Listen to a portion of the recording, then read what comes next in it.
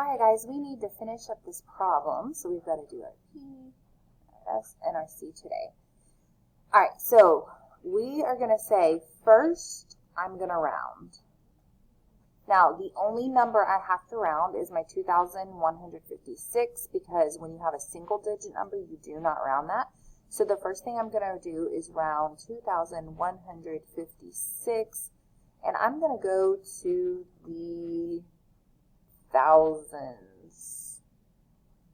Okay, so I'm going to round that to the thousands.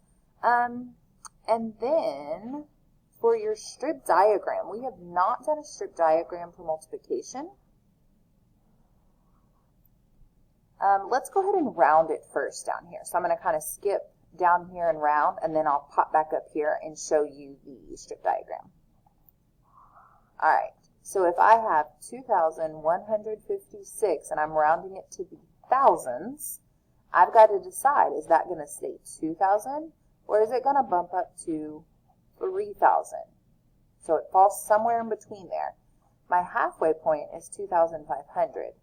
Well, 2,156 falls below, somewhere down here, below the halfway point. So it's going to round to 2,000.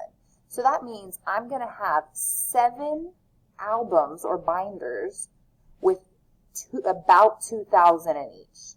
Okay?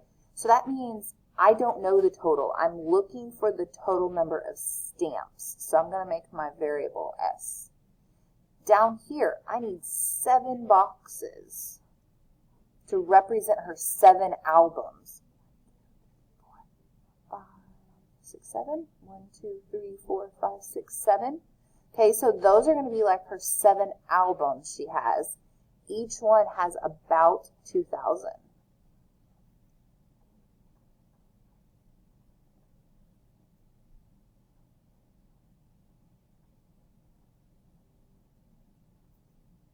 Whew, that's a big number to put in that little box. So that means I'm going to take 2,000 times 7. Now, I'm going to use that same trick that we've been working on when we multiply times 10. It will work for this one also. So I underline the 2 and underline the 7. 7 times 2 is 14. And then I have 1, 2, 3 zeros. So I put them down here. 1, 2, 3 zeros. So she has about 14,000 stamps in her collection. All right, so I rounded because it said estimate. I multiplied because it said total and each. This is an and sign. It doesn't look very good. Okay, so I needed both of those words to tell me we were multiplying.